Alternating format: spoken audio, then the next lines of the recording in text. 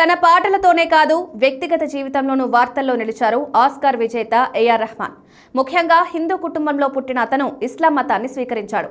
దిలీప్ కుమార్ పేరును కాస్త రెహమాన్గా మార్చుకున్నాడు. మరి అతని నిర్ణయం వెనుక కారణం ఏంటి? ప్రముఖ సంగీత దర్శకుడు ఆస్కార్ విజేత ఏఆర్ రెహమాన్ గురించి ప్రత్యేక పరిచయం అక్కర్లేదు.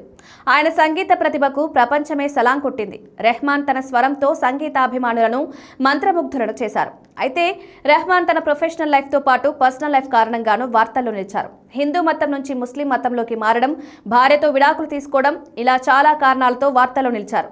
మరీ ముఖ్యంగా హిందూ కుటుంబంలో పుట్టిన రెహమాన్ ముస్లిం మతంలోకి మారడం గతంలో తీవ్ర చర్చనీయాంశమైంది. ఏఆర్ రెహమాన్ 1967 జనవరి 6న తమిళనాడు రాజధాని చెన్నైలో ఒక హిందూ కుటుంబంలో జన్మించాడు. అతని అసలు పేరు దిలీప్ కుమార్. అయితే అతని జీవితంలో జరిగిన కొన్ని సంఘటనలు రెహమాన్పై తీవ్ర ప్రభావం చూపాయి. దీంతో అతను ముస్లిం మతంలోకి మారాలని నిర్ణయించుకున్నాడు. ఈ విషయం గురించి రెహమాన్ ఒక ఇంటర్వ్యూలో మాట్లాడాడు. కాగా రెహమాన్ తండ్రి క్యాన్సర్తో పోరాడుతున్న చివరి రోజుల్లో ఒక సూఫీ సాధువు ఆయనకు చికిత్స చేశాడు. ఇది జరిగిన కొన్నేళ్ల తర్వాత రెహమాన్ ఇస్లాం మతంలోకి మారారు. సూఫీయిజం మార్గంలో ఎవరిని మతం మార్చుకోమని బలవంతం చేయరు. ఇది మీ హృదయపూర్వకంగా నచ్చినప్పుడే మీరు దీన్ని అనుసరిస్తారు. సూఫీ మార్గం మాకు ఉత్తమ మార్గం అని మేము భావించాం. అందుకే మేము సూఫీ ఇస్లాంను స్వీకరించాం.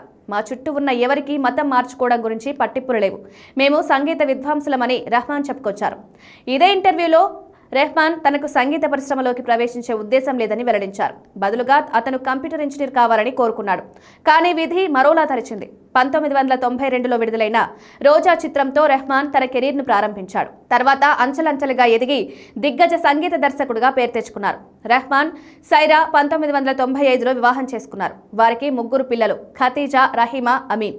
అయితే 29 ఏళ్లు కలిసి కాపురం చేసిన రెహమాన్, సైరా కొన్ని నెలల క్రితమే విడాకులు తీసుకుని విడిపోయారు. ఈ విడాకుల కేసు కూడా దేశవ్యాప్తంగా తీవ్ర చర్చనీయాంశమైంది.